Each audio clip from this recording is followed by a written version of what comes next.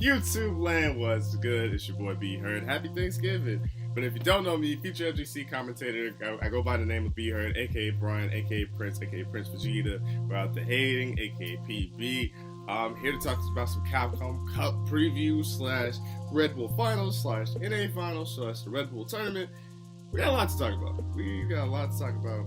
On this Thanksgiving Day. Oh, question for the comment section, I guess. I was gonna say chat because I stream a lot, but twitch.tv/PrinceBeard too. But what are you thankful for? Let me know what you're thankful for. I'm thankful for my friends and my family and the opportunity that I have to do stuff like this, and the opportunity I have to just come back from the hole that I was in, the black hole I was in. But yeah, what are you thankful for? Let me know down below. Let's start off with the NA Regional Finals, and Punk took that one. Punk's a beast, man. I had a feeling he would do exceptionally well as far as the regional finals go. That I have him winning it.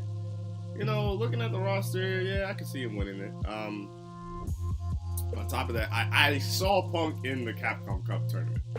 I know he kind of struggled this year. He's kind of been up and down and stuff like that. But regardless, I saw Punk in the tournament. Like, I would have been shocked if Punk wasn't in the tournament at all.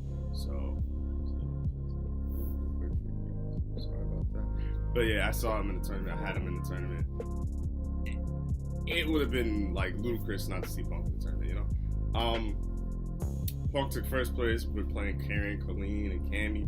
I think he played Colleen against Nephew. He kind of likes that matchup better because Colleen, who could deal with Colleen's normals better than a Colleen. So say that 3 times fast. So he did exceptionally well. CJ Truth was probably the MVP of the whole Red Bull experience. I expect Red Bull next year, when they have like their little trailer or whatever have you, to have nothing but CJ Truth in it, because he had a day, he had fun, and he was playing exceptionally really well. He did play a lot too that day when you think about it. Idom finished well too. Yo, Idom and CJ Truth don't have sponsors. That's robbery. I think Idom needs a sponsor. I think CJ Truth needs a sponsor. I think Cool Kid needs a sponsor. Toy needs a sponsor. Like, there's a lot of consistent NA players that don't get any love. Which, when you think about it too, majority of like the Capcom tournaments are NA tournaments. So it's almost like, what better way to have a representation of your brand and your gimmick than at these tournaments that are in the area. So hopefully they get represented sooner than later, especially how well they're playing and performing. But yeah, Knuckle Dude took 4th. Justin Wong and Toy took 5th, both respectively. And another thing I want to mention too about Justin Wong is Justin Wong said on Twitter that he's going to send Toy to the Last Chance qualifier, which is super, super dope and a super cool opportunity. I think he said he's the best NA Bison there is, or Dictator. I kind of agree with that. I'm trying to think of another NA Bison, no disrespect to anyone, but I just think Toy separates himself from everybody. And he represents that New Orleans, I think. And he be rocking the jersey. Yo, that's cool. Like, Toy makes me want to rock a jersey on commentary. I don't know if I can. You know what I'm saying? I don't know. Depending on where I'm at. Maybe for tournaments in Denver, I'm a Denver Broncos fan. I rock a jersey like that. Maybe they'll let me slide. I don't know. We'll see, depending on the tournament. But yeah, I like that because I used to rock tournaments. I used to rock jerseys and stuff like that in high school. And I just been kind of a fan, I guess, and stuff. And then Nephew and Flash finished both 7th respectively. Let's talk about the premiere. Now, this was the tournament that everybody was like, oh, I wonder, it's the last tournament, last premiere. Everybody's wondering who's going to gatekeep, who's going to not. And then Tokido's like, yo, I'm going to gatekeep. And then actually, that's probably better because I know he's already at like 4,000 points. I think he would have been like 4,800 points if he won this. And everybody's like, oh, why would you gatekeep this, that, and third? I mean, if you had the money to go to the tournament, why not? And on top of that, he has a good shot to win. On top of that, he has a good shot to separate himself. And on top of that, I would feel like that him, if Tokido didn't go to this tournament, I feel like if everything else stayed the same and Tokido just didn't go, it would take away from CJ Truth's win. You don't never want to asterisk by your win. Now, granted, like with the Dragon Ball events and stuff like that, how some people weren't going to events, well, that kind of makes sense because not everybody's going to get Dragon Ball, right? So, but this is different because it's all boys points. So I don't hate him for gatekeeping, but I mean, if you don't like it, stop them. You know what I'm saying? Send them to losers. Beat them. You can only gatekeep if you're good. Think about it. You can only gatekeep if you're actually doing well and doing what you're supposed to do. So CJ Truth, winners finals, 2-0 against Tokido. Tokido makes this amazing comeback. Praise Tokido. You know how the fanboys are. Everybody's going crazy. I love Tokido. I'm a fan as well. But, you know, to come from the loser side, make this immaculate run, reset the bracket, then beat Tokido? Like, bro. CJ Truth out of his day. And on top of that, so you're winners finals, 2-0 to Tokido. Then you lose, and he comes all the way back. Now you get sent to losers. Now you got to make this immaculate run. You make this immaculate run. You're in losers finals. You have to basically win 6 games against Tokido to win the tournament. And you do that, and that's your first major win into the last tournament of the season that you needed for Capcom's spot? Come on, son. You can't write a better story than that. If I see a Red Bull documentary, I just want a CJ Truth segment by itself. And he's on Florida, and Knuckle Dude was in attendance. So you talk about two of some of the strongest Florida players, and he's cheering you on. It's like a movie, dog. It's like a movie. And then on top of that, it's a Red Bull, so it's like a relaxed, kind of chill thing where they had microphones instead of the headset, and they're walking around. And you got, Yipes being hyped for you, and Vicious doing good commentary, and Sajam, Tasty Steve. I don't know if they commentated like the majority of Street Fighter. I know they commentated some Tekken, but you know what I'm saying? Like, you can't write a better story than that. That's amazing. That's amazing. Congrats to CJ Truth. I think he even tweeted it out. I was like, yo, that's dope. That's dope. So salutes to that, man. John Takeuchi took 3rd.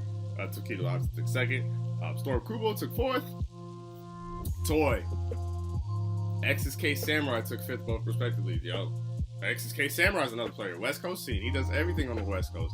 I mean, he helps the small tournaments, like Central California Standoff. He helps, I think he's helping with the Capcom Connect.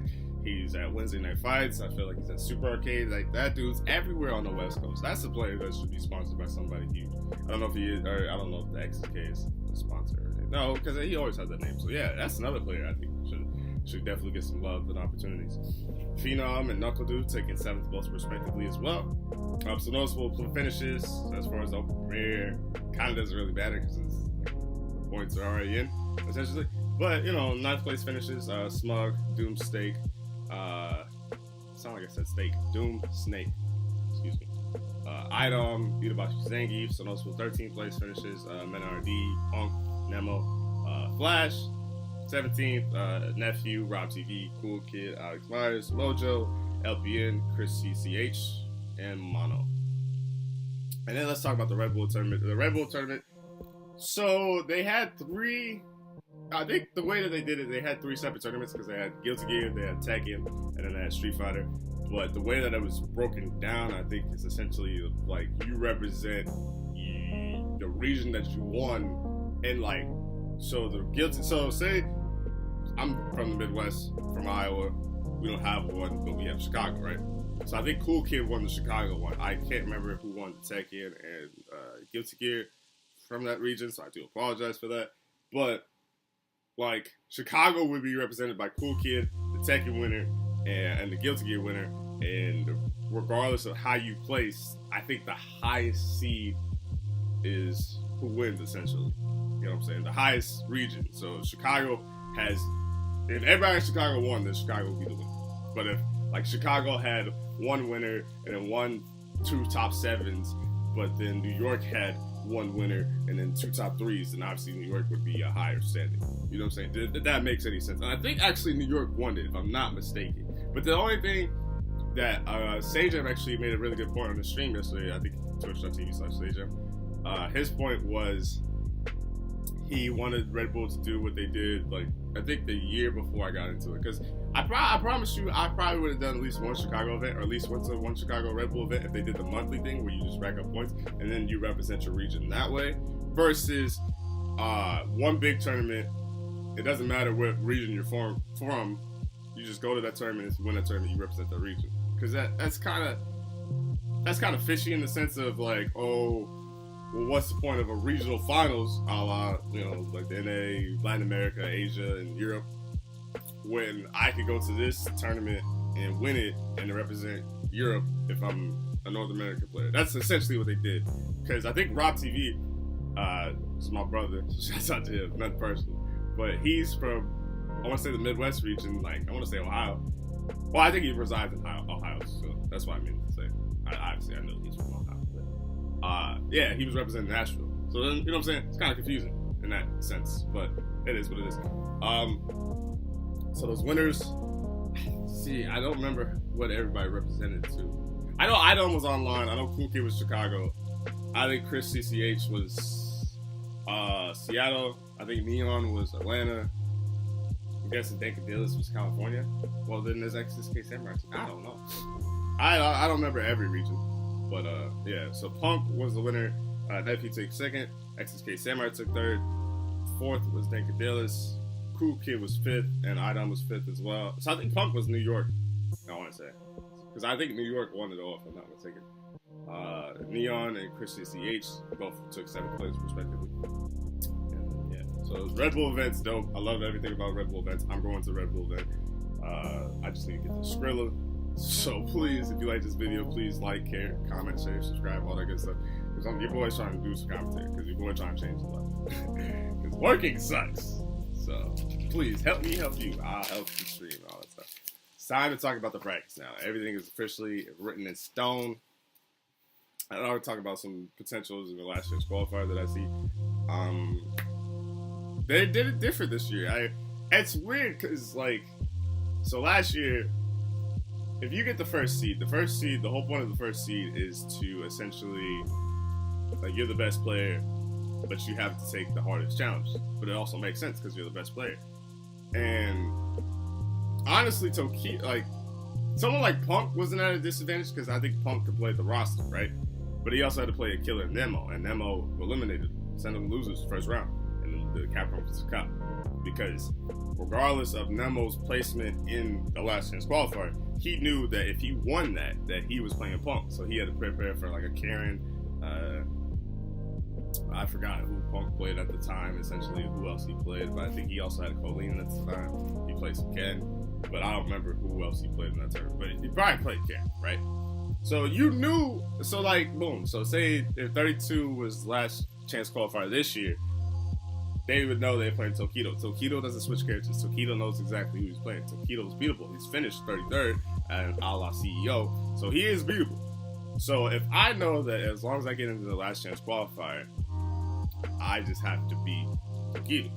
So I'm preparing for, I'm preparing for the tournament, but I'm also preparing for Tokido. So I'm playing for the Kukuma. So that would leave him at a disadvantage. So yes, he would have the biggest disadvantage because he doesn't get this time to train. I think it's like, I just counted, it's like 21, 22 days till the tournament. So he doesn't get that time to train for one person. He has to train for practically the whole roster because he doesn't know who he's going to get. But it's like the cost you get at being the number 1 seed. So Capcom thought that wasn't fair, so they switched it up, which I don't know how I feel about it. I think that's kind of weak, essentially. I love you, Capcom, but it's like, now nobody wants the 14th seed? So if you're like 13th, 15th, you gotta like try to, but see, if you're 15th, you can't really do too well because you might get the 14th seed depending on the points next year. So I hope they tweak it. I get the point they're making because they want the number 1 seed to be like, maybe it looks bad if Punk get rallied all these points and then some dude who essentially you don't even have to enter any CPC tournaments as long as you get to the last chance. Because I think the last chance qualifier is like over to enter now. But like, you could be Joe Schmo off the street, enter the Capcom Cup, beat the number 1 seed. So it's like the person that went to all these tournaments, that represented these tournaments and won these prizes that you're making articles over, just comes beat them off the street like it ain't nothing. Now your tournament looks kind of sloppy and unorganized. You want upsets, but you don't want the top guys that are supposed to represent the game at the highest level get upsetted like that. It's just like it's like a business model, I guess, if you will. So maybe that's why they did it. I understand it, but the 14th seed, really? That's so phenom? Just tough luck? I don't know. It's interesting. All right, so let's get into the bracket. I just wanted to explain that and put my 2 cents on that. That's kind of weird.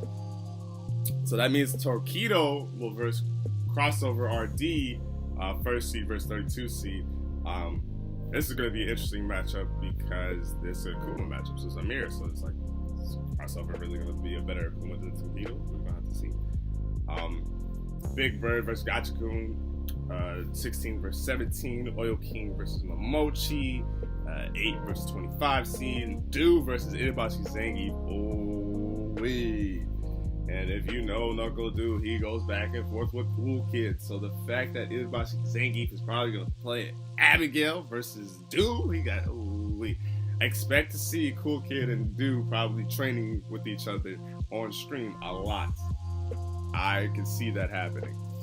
Fudo versus his former teammate Chris Tarian. And real quick too with the Chris Tarian thing, I definitely, like, first of all, he's in California, so it's legal there. So the fact that he took a picture, not even hitting it, like, essentially it's like he took the picture, he didn't do anything. And the people thinking he got dropped because of that, but I mean, some contracts, like if you look at Scar's contract got ended right before the big tournament, so it's not common to see that. And some people actually get sponsors right before the big tournament too, because I mean, you look at old boy who's not in tournament now, which everybody knows who we're talking about. He revealed a sponsorship right before the season started, so it's not crazy to get a sponsorship before the season ends, and it's not crazy to get a sponsorship before the season starts. So, you know, I don't see it as a big deal. Everybody tripping. He's in California too. That's another thing that people fail to realize. He's in California. It's legal. It's medical. It's everything and more. So, like, chill out. I'll leave Chris alone. Everybody quick to jump on that man. I don't know why. Shanghai 13th seed versus CJ Truth. Another mirror match. We've got a lot of mirror matches and a Cammy mirror match at that. So I feel like they play the same style too. So that's gonna be really interesting. Itani versus Bonchan. 12 versus 21. Sako versus Nemo. 5 versus 28. Will we see the G? Because I like Urian. I don't know if I like Urian versus Manat, but I don't know if G's better than Manat as well. It's gonna be real interesting to see what some of these guys do. So but that matchup, either way, either Urian versus Manat or G versus Manat, that excites me. That's gonna be fun. Fujimura versus Angry Bird. 2 versus 31. Kaba versus Cien. Kabuki versus Guile. Woo! 15 versus 18 seed. Daigo versus Punk. I just saw that. Oh, wait. Daigo, we know, is rocking the Guile. What will Punk do? Will he rock the Colleen? Will he rock a Karen? You know, Karen dashed through a lot of Guile's stuff. Berlin versus NL. Another Cammy mirror match. 7 versus 26. Problem X versus MenRD in the first round. The Capcom Cup defending champion versus the Evo champion. Bison versus Birdie. Yo, a lot of these matches are kind of sick. And the Phenom, like I said earlier, versus Last Chance Qualifier. I will talk about some Last Chance Qualifiers later. I feel bad for Phenom though. Justin Wong versus Storm Kubo. Oof. Then Luffy versus Mongo. Oof, or Mongo. Why did I say like manga? I'm sorry. So potential Last Chance Qualifiers. Last thing I want to wrap up. I kind of want to keep this video short, so around 20 minutes or so. It's Gamer B, John Takeuchi, Toy, Dogura, Bolinho, Akainu, Omai, Doom Snake, HK Dash, I Am Tuna, and Smug. Honestly, to see a thing with the Last Chance Qualifier is like, yeah, you gotta get hot, but it all depends on where you're at too, because somebody's gonna have to beat somebody. So as long as you're on winner's side, you have to play less matches. It's like more than, you know what I'm saying? I think it doubles, honestly. Does anyone know? Does it double or triple if you like get sent to losers early? Because like your matches go from like, I know with Evo, you go from like playing like maybe 5-10 matches if you're on winner's side straight through to 20, something crazy like that. It's so I mean Capcom Cup Last Chance Qualifier is gonna be crazy in itself too. So you're gonna go as long as you stay on winner's side, the better. Or is it? No, I feel like there's a loser side, right? Yeah, it has to be. Every tournament's 2 losses in your out. I don't know, I'm tripping. Honestly, right now, if I had to, I like Smug. Akainu has good odds. You know, John Takeuchi and Gamerbeat. I like out of those names I listed. I like those names right now. But if I had to pick one, I'm a fanboy, and I would like to see Smug in the tournament. And Smug versus Phenom might actually go in his favor too. So I got Smug. But let me know, who's your last chance qualifier? What are you thankful for? I'm gonna do the breakdowns how I did for Injustice 2. It seems I get a lot of love on that one, so I can't wait to do the Capcom ones. And then the Capcom ones are actually gonna be better. So I don't mean to throw shade, but there's actually, I can click on the name and I can see how they did on every tournament. I can see the points. I can see who they play. It's gonna be more organized, and I'm gonna know who's playing who. So we're gonna start off with Tokido versus Crossover. I'm gonna try to shoot for Monday on that one because I work obviously Sunday and Saturday. But the grind don't stop. So I'm gonna go hard till Capcom Cup. And yeah, man. Love you guys. I'm out. Till next time.